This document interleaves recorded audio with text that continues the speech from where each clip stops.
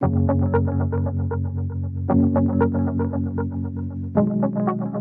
ikasleen aniztasuna landu nahi baldin badugu, gure arreta ere anitza izan behar duela konturatu ginen.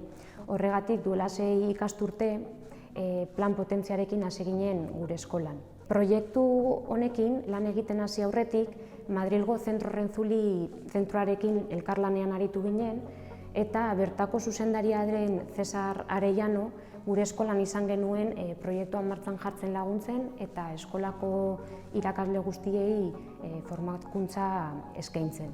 Proiektuaren helburu nagusia ikasleen potentziala lantzea da. Baina ez bakarrik goi gaitasuna duten ikasleen potentziala, baizik eta motibazio handia duten ikasleen potentziala, eta baita goi mailako errendimendua duten ikasleen potentziala landu nahi dugu proiektu honekin. 3 motako arreta eskaintzen dugu, alde batetik adaptazio kurrikularrak, aberaste kurrikularra edota azkartze kurrikularra ere. Aberaste kurrikularra jasotzen duten ikasleek, adibidez, Josep Renzulliren zen metodologian oinarritzen den lan egiteko moduarekin lan egiten dute, eta horrek proiektu ezberdinetan lan egitea suposatzen du.